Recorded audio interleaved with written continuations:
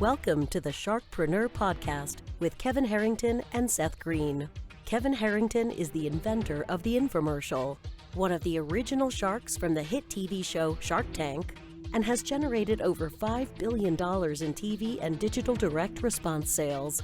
Seth Green is the world's first trusted authority on cutting-edge direct response marketing, a best-selling author, and the only 3-time Marketer of the Year nominee.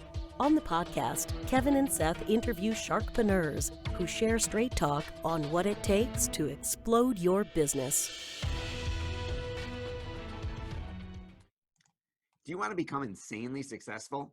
Do you want to be the go-to guru in your industry? Do you want to be talked about for all the right reasons? For over 40 years, Kevin Harrington has helped people just like you become significant influencers. Now he's broken the process down in the Key Person of Influence Roadmap, and it's yours for free. Just text KPI to him at 727-888-2100.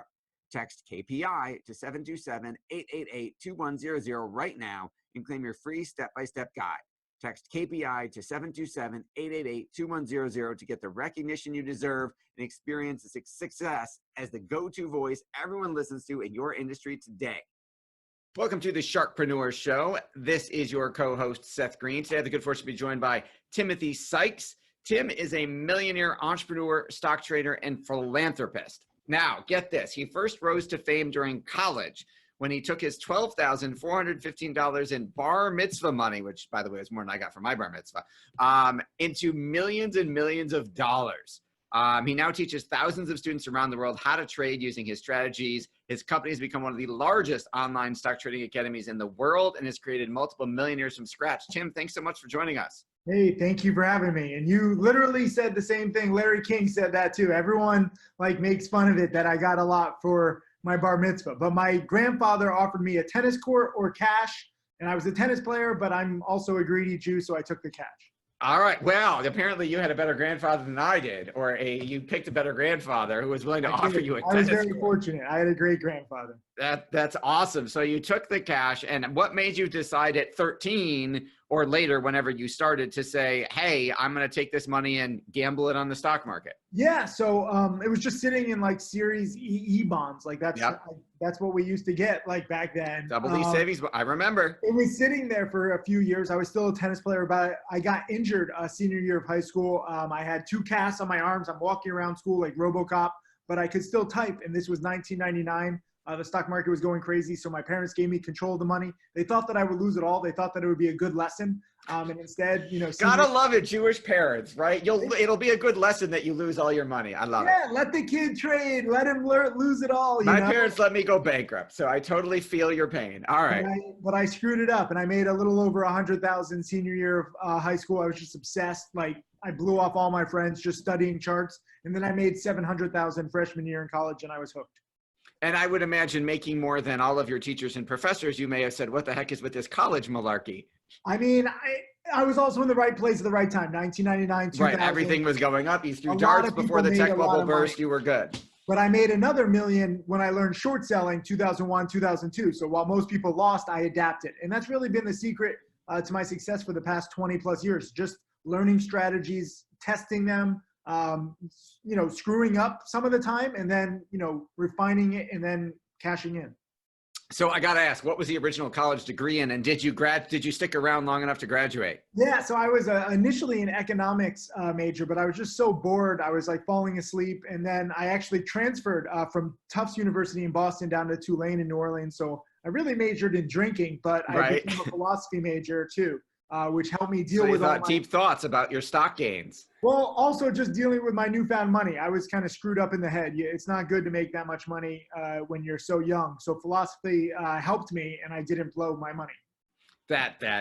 There's an excellent case to be made for any kids. I mean, that's not our audience, but if you got a kid who's thinking about majoring in philosophy, maybe there's a reason why. Okay. Yeah, no, it's seriously, it really helped me. I still lost $500,000 of the nearly $2 million that I made before I graduated college. I still had to learn that lesson, but now rule number 1 for me is cut losses quickly. So in my older years now, I've gotten more conservative, and that's made me a better trader and a better teacher too, I think. Awesome. So when you say trading, just to clarify for our audience, are we talking about like day trading in and out in minutes or hours? Are we talking about long-term? What exactly, without spilling the secret sauce? Yeah, it varies, minutes, hours, days, never more than a few days or weeks. You know, I'm trading low price stocks. There's a lot of hype. There's a lot of momentum. I don't really believe it. I just ride the momentum. You know, I'm not one of those guys who thinks that Bitcoin's going to 1 million. I made a lot of money off the Bitcoin related stocks. I actually never traded the cryptocurrency itself, but a lot of Bitcoin lower price stocks would triple, quadruple when they said they were getting into Bitcoin, very similar to how .coms 20 years prior did the same thing. So patterns repeat, and that's what I look for. Awesome. Okay, so you became a very successful trader at a very young age. What prompted you to start sharing your success with others and teaching them how to do it? So I was on this TV show, Wall Street Warriors. I was in a reality show. I thought, you know, this is kind of boring, just making a lot of money and keeping it to myself and no one really understanding what I was doing. So I got on this TV show. I was drunk in every episode, thanks to my drinking learned during my college days. And I made a fool of myself, but I also made some good trades live on camera. And people started messaging me like, hey, I want to learn how to do this too. And so I was like, wow, there's a cool audience. And I like actually talking about this. So I got started teaching 10 years ago now. Wow. Okay. So you've had some staying power. You started teaching and branching out into the information marketing world where you were people. So how do people consume? Are they buying courses? Is it a membership site? Are they coming to conferences? How exactly does that business work? All of the above. I've learned that people learn in a variety of ways. I have 6,000 video lessons just because I'm psycho. I have 1,000 free videos on my YouTube channel for people who think that I'm full of BS. I've got DVDs, I've got guides, I do mentoring. I just try to say everything that's in my head because I know that, you know, I'm kind of battle tested and I didn't have anybody teaching to me. So I'm trying to be the mentor to them that I never had. And I still trade, I still screw up. I go back to $12,000 every year and you can see me try to grow my account every year. That's basically you don't lose 5 million to get to 12,000. You start over with another 12,000. I donate all the trading profits to charity because for me, it's not trading big.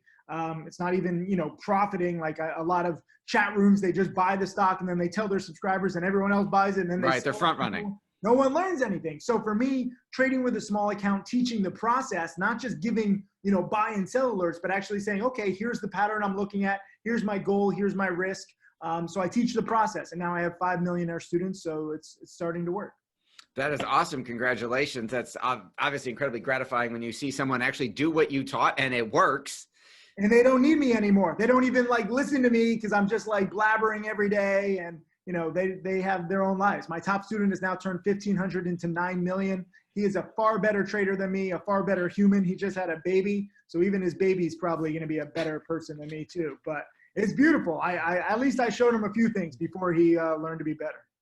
Awesome. All right. So what is it about what you do other than just the making money part that gets you excited? What gets you juiced up in the morning? Just the fact that there's so much hate with penny stocks. There's so much hate with teaching because, you know, most penny stocks are scams. Most teachers online are scams. So I get the hate. I understand that. So what gets me motivated every day is just getting up and proving that I'm different because I actually did turn a few thousand now into over 5 million. I show every trade. You can see every single one of my trades over 20 plus years. I've cataloged it, show my audits, show my income taxes. Now I have my own charity and I didn't think I could get into an industry that's more hated than penny stocks, but somehow charity is. And they think that, like my haters think it's like some tax haven or something. And it's just fun to be real. So now we have 67 schools and libraries built. My goal is to build 1,000. It takes a little while, it takes a little money, but we're building them. So I like, you know, just showing that I'm different in kind of like these industries full of scammers. Okay. So since you mentioned industry full of scammers, so let's go down that road a little bit. Ooh, let's yeah, have some fun. So I don't know if you saw, but there was a recent Showtime show called Action.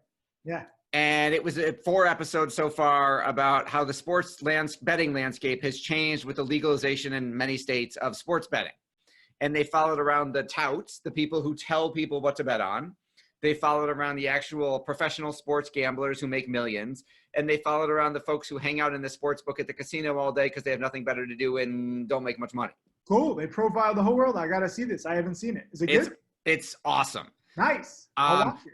All right. So let's talk Very about similar with penny stocks. You got the sketchy promoters who live in like Belize and Panama and Cyprus, and they skirt all the normal country SEC laws. rules, You right? have all the lowlifes who believe in the penny stocks and they think that they're going to be the next Microsoft.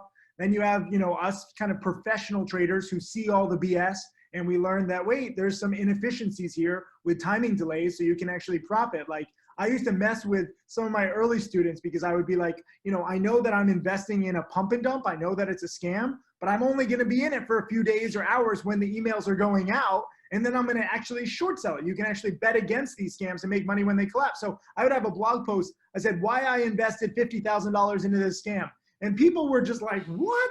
What's wrong with you? You're going to lose everything. And then I explained the pattern, the pump and dump pattern. It's pretty predictable. So I'm going to watch that Showtime series. They should probably do one about penny stocks too.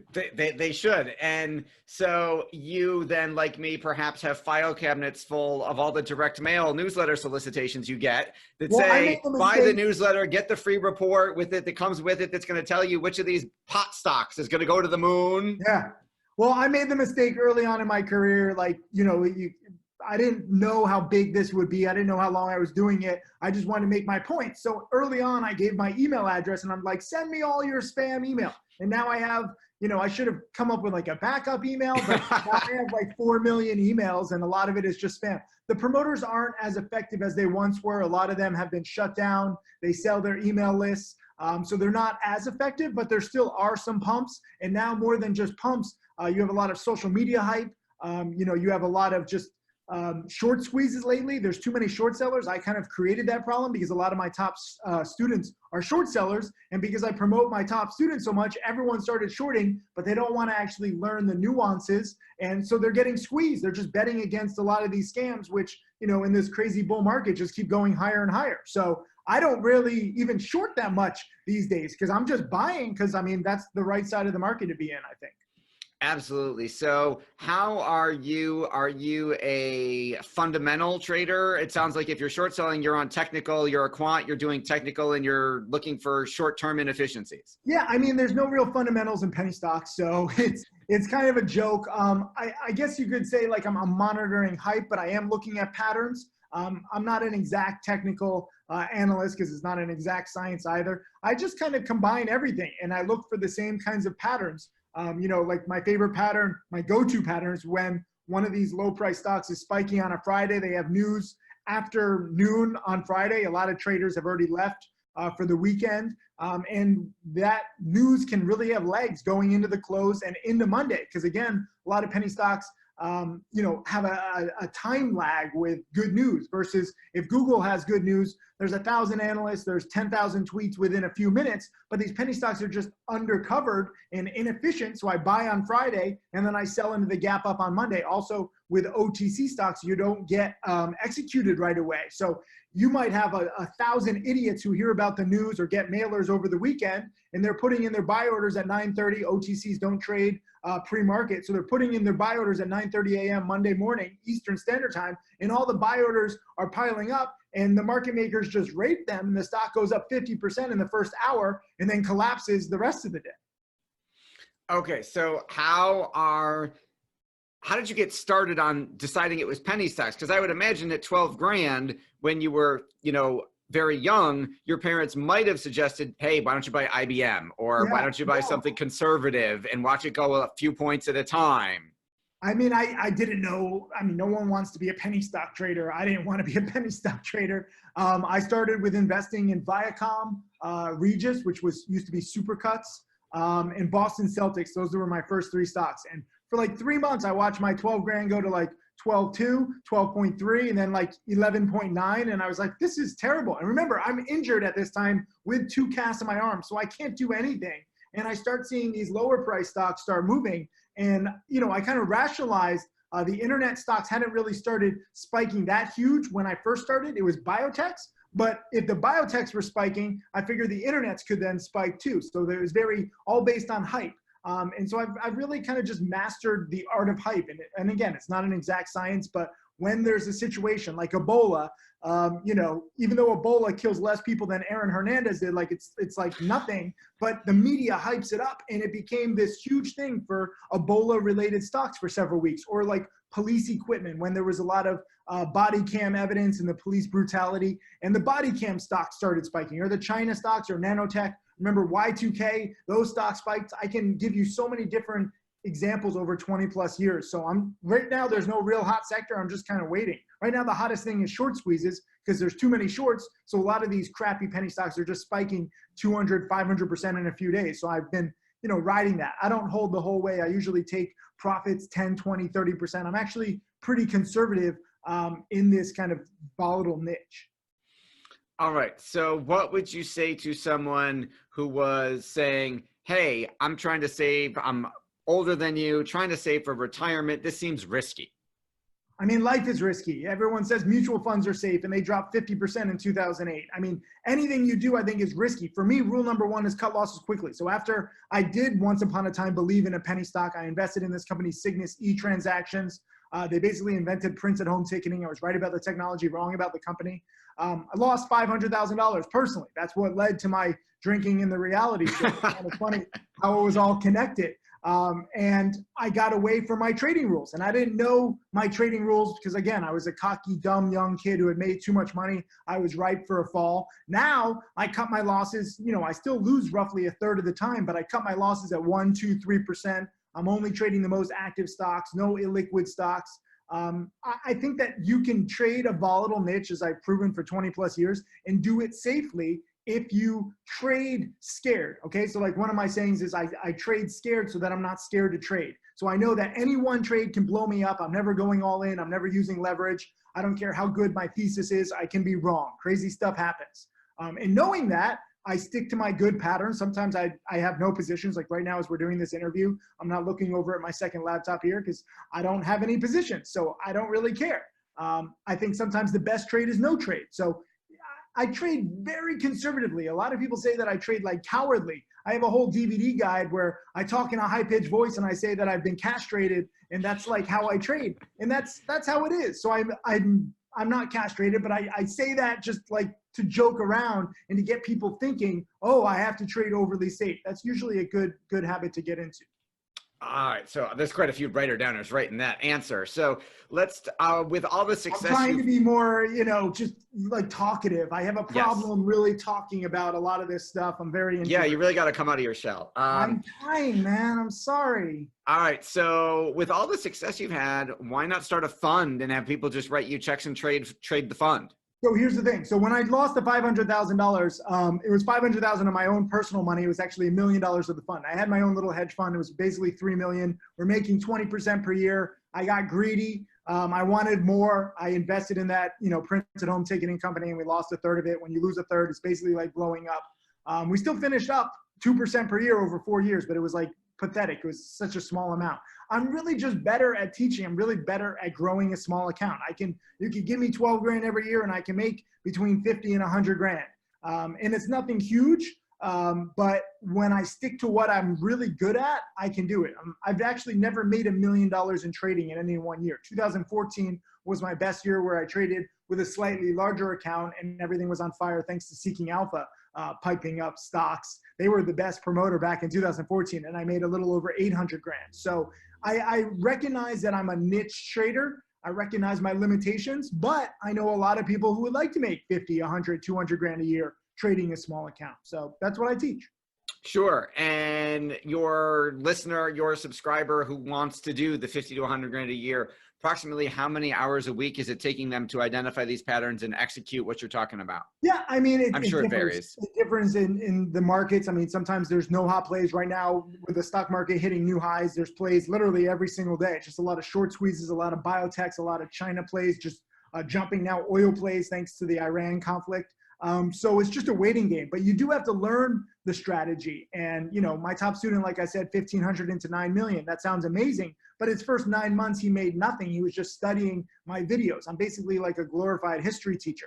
And I have so many lessons on these patterns and so many examples of good trades, bad trades, everything in between. So it takes, you know, I'd say it takes a good year or two Even like the dumbest subscribers that I have, like it takes them 3 or 4 years to learn everything. And I have some pretty like big nitwits, and I can still teach them. So even if people are like Forrest Gump, like I say, like you can learn everything in like 3 or 4 years. Like I'm not a smart man, but I know what these patterns are. Awesome. I can't follow that. So for our folks who are listening and watching and who want to learn more about what you're doing and how they can be a part of it, where is the best place for them to find you? Just type in Timothy Sykes on the internet and like laugh at all my haters, because I've exposed a lot of penny stock scams. But then if you want to learn, just watch my free YouTube videos and you start seeing that there's actually something here. Awesome. Well, thank you very much for your very valuable time. Incredibly entertaining and informative interview. Seth Green, SharkPreneur, here with Timothy Sykes. Go check out timothysykes.com. Tim, thank you so much for joining us. Hey, thanks for having me. Have a good year. Do you need money to fund your idea, product, or service? Are you ready to take your business to the next level, but need capital to get it done? Kevin Harrington has heard more than 50,000 pitches and knows how to help you make the perfect pitch to get the funding for your entrepreneurial dream. He's distilled the process down in his perfect pitch cheat sheet, and it's yours for free. Just text PITCH to him right now at 727-888-2100. Text PITCH to 727-888-2100 right now and claim your free perfect pitch cheat sheet. Text PITCH to 727-888-2100 to start funding your dream today. This show has been produced by Market Domination, LLC. To discover how you can have your own show completely done for you and turn it into a real published book and become the authority in your marketplace, go to www.marketdominationllc.com/podcast offer.